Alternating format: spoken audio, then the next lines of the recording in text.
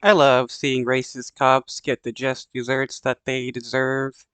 Two ex-Mississippi officers plead guilty to a racist assault. The 6 law enforcement officers in the Michael Jenkins and Eddie Parker abuse case appeared in federal court, and there they pleaded guilty to a wide range of serious crimes. The U.S. Justice Department unveiled civil rights charges against the 6 men today. According to federal prosecutors, the defendants referred to themselves as the Goon Squad because of their willingness to use excessive force and not to report it. Their willingness to use excessive force and not report it. This is no different than most other cops that are on the force. They're willing to use excessive force and cover it up. And they gave themselves a gang name, the Goon Squad. Those charged in the case are former Rankin County deputies Christian Dedman, Hunter Elward, Brett McAlpin, Jeffrey Middleton, and Daniel Opdyke, as well as former Richland police officer Joshua Hartfield. Hartfield was off duty during the January raid on the house in Braxton.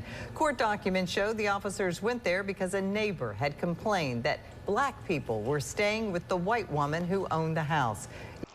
Wow.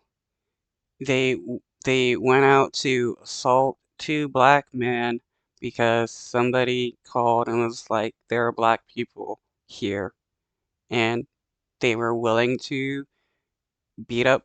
This is cops. Cops are racist. U.S. Attorney Darren LaMarca commented a short time ago about the case and the heinous actions by the defendants against Parker and Jenkins. I like to think of them as equal opportunity criminals, having abused handcuffed suspects regardless of race. These defendants committed heinous acts of violence against handcuffed victims whom they terrorized under color of law. Because of their skin, nothing more, nothing less. They didn't do anything to the white chick. As reflected in the information's unsealed today, these men sexually abused their victims, repeatedly tased them, tortured them, all under the authority of the badge which they disgraced. How's this no different than like some gang members that roam the streets and do this kind of stuff to people?